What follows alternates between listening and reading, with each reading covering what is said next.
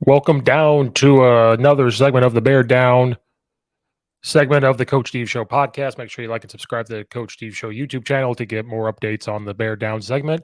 This is a solo Bear Down segment. Zach will hop on when he can. It was just one of those things couldn't match it up. We're going to discuss the Chicago Bears preseason game 2 loss versus the Indianapolis Colts. These aren't going to be as in depth as a regular season game, but still worth to talk about and what we see versus another team, what the Chicago Bears team is starting to take. It's starting to take form. We're starting to see more of what they're going to look like, who is going to make an impact, all that good stuff. It's going to be a shorter episode. The Bears played pretty well overall. They were tied 7-7 at halftime. Then they were up 10-7, and then they scored 7 in the late fourth. Then the Colts scored 17 in the fourth to get the win, 24-17. I believe this is Matt Eberflus's first loss for preseason, so that streak is now ended. If that matters, who knows? But it's a cool stat to have. Say you're undefeated all the time in the preseason. Justin Fields did not play, so it would not be this heated debate or this heated take of Justin Fields playing or if people overreacting to him or not. The big takeaway for me was it may look like we have a quarterback battle going on for who would be the backup quarterback. That was the big talk of who is going to be the backup for Justin Fields and possibly even third string quarterback because you need to have 2 to 3 quarterbacks on your roster. So the big takeaway was, well, who's going to be the backup quarterback? The 3 quarterbacks that got to play, PJ Walker got to play, Tyson Baggett got to play, and Nathan Peterman got to play. The big thing that to take away is PJ Walker. PJ Walker was on the Carolina Panthers team last year. I believe he played in USFL as well. He looked pretty good when you look at it was either USFL or XFL, but he looked pretty good there. He got to Carolina in 2020, and then he got some playing time, not too much. At Carolina, he had 1,461 passing yards, 5 touchdowns to 11 interceptions. He is not the starter caliber, playing like a starter caliber type quarterback as of right now, but people are very high on him from his experience in other leagues and what he could bring to the table. But he just not has in the last 2 preseason games that he has gotten reps in. We have not seen it. He's overthrown guys. He has a strong arm. I am going to give him that. He gets the ball quick, has a strong arm, just not as accurate as they're going to need. So I just don't see PJ Walker as going to be the guy that's going to end up holding a starter spot. Sad to say because people love him. You hear nothing but good things about him, but I don't think he's going to make that backup player role for the quarterback. The battle here is going to be Nathan Peterman and Tyson Baggett because Nathan Peterman was 10 of 18 for 115 yards passing, 1 touchdown pass. His rating was 93.5. Tyson was 9 of 10, 76 yards, and his rating was 98.3. People loved Tyson Baggett being in there at quarterback. They said he was smooth. He was very calm. He does throw a really good ball. He's a rookie, Division II quarterback, and he was not rattled. He had good pocket presence. He run in for a touchdown, so he didn't have a passing touchdown, but he did see an open hole and was able to run in for the touchdown. They think that's going to be the guy, and they think that could be a guy to push Justin Fields. And again, not to get on a heated topic debate, just because you're an athletic quarterback that can move and run, that does prove to have some great capabilities because if the pocket breaks down, you do have that threat of him running. I understand that.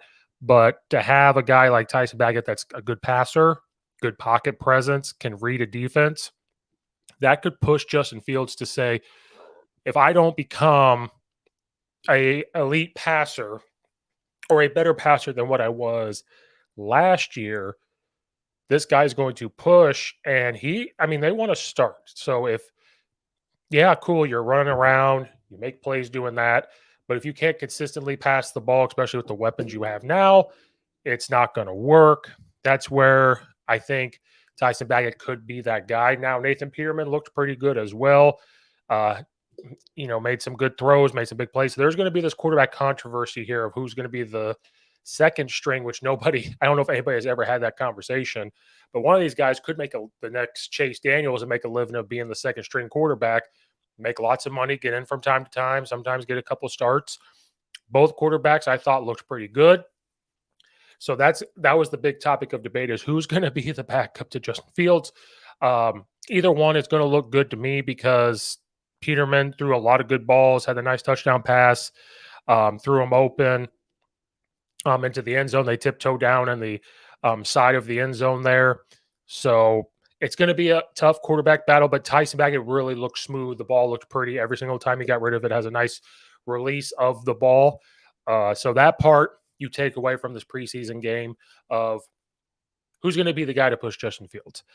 And then another part was you saw that they had punt return has been a question of topic because of who's going to do it. And so in this game, they had Dante Pettis do it. He only had 5 yards returning, but he did not fumble it. And that's kind of where the Bears are at right now. Do you sacrifice where the punt returner drops it all the time and you risk doing it? But if he does get the ball to make a big play and get you some yards, or are you just going to say, hey, let's put a guy back there that we know it's going to catch it, not fumble it? Yes, we're going to give up a little bit of the big play type of part for our team.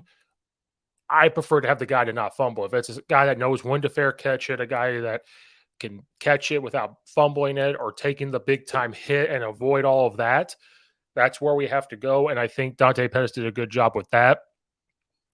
He did a good job as well on kickoff returns for the Bears. Joe Reed had had 99 yards. His longest was 38. So those are the guys that aren't going to fumble it. Those are guys that could, so that's kind of where the Bears are at because we're watching special teams. Who's going to return the punts for us and not fumble the freaking ball? And that's where we're at right now. And I think Dante Pettis could end up being that guy. He's a good blocking wide receiver as well. So you don't really need him to start at wide receiver all the time. So he could go out there and return punts. And then the run game for the Bears, they had a lot of guys running the ball for them. Robert Burns had 40 yards. Johnson had 32. And then Nathan Peterman, quarterback, added for 22 of his own. Dante Foreman had 12 yards, but they were hard-earned runs. So you didn't see Herbert out there playing. So you're getting some of these guys extra reps. Dante Foreman runs hard, and Robert Burns could be a guy that can come in and get some relief for Herbert as well. So that running back room, I think, is looking pretty good. And they're different styles. Herbert's really fast and elusive. Then you have the big bruisers. So I think that having both of them or a couple of them play fullback as well is going to go well for the Bears run game. Take some pressure off Justin Fields if you get the run game going with those guys. And the receivers were fine. Fountain had 86 yards receiving. Total overall receiving, of course, was 197 yards and a touchdown. So distribute the ball all over the place. That receiver group is looking a little bit better. I thought the Colts defense played really tough and really disrupted those younger wide receivers. So they did what they could, but I thought they looked overall pretty good there. And then on the defensive side, again, it just looked like they're playing tougher. People don't like the preseason, and I'm kind of for that because you're not seeing the starters. But if you actually watch it and look at it, it's really cool to see some of these guys play as hard as they can because they're trying to find a spot, whether it's practice squad and you could be brought up, or they're going to keep you and put you on special teams where you could still practice your linebacker position, your defensive line position, offensive line position, and able to find a spot there. It's fun to watch that because I thought even the Colts, but you look at the Bears defense, they only got one sack, but they made Garner Minshew move around. They made Sam Ehlinger move around. They were tackling hard. They were all rallying to the football. They are playing a lot tougher than I think. They played tough last year in the regular season, and that's credit to Matt Eberflus, of course. But I just think overall, from the first preseason game to this preseason game, from top to bottom, both sides of the ball are playing extremely tough. And I'm watching the defensive line. They are trying to get after it. They're trying to disrupt the pocket.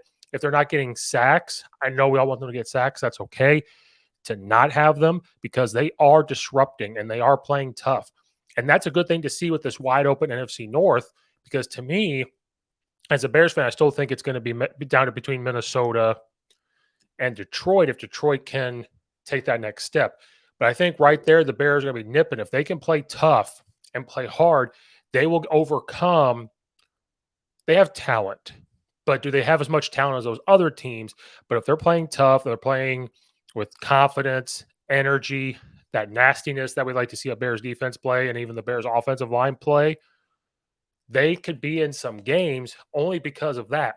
And then if they could squeak away with a big play here or two against those type of teams, then watch out for the Bears in NFC North because they could be right there. I said the Bears would be about number 3 just because I'm unsure about the Packers. I think they have to the Detroit Lions have to prove it, but the Bears have to prove it as well. Minnesota's right there anyway, but it's completely wide open.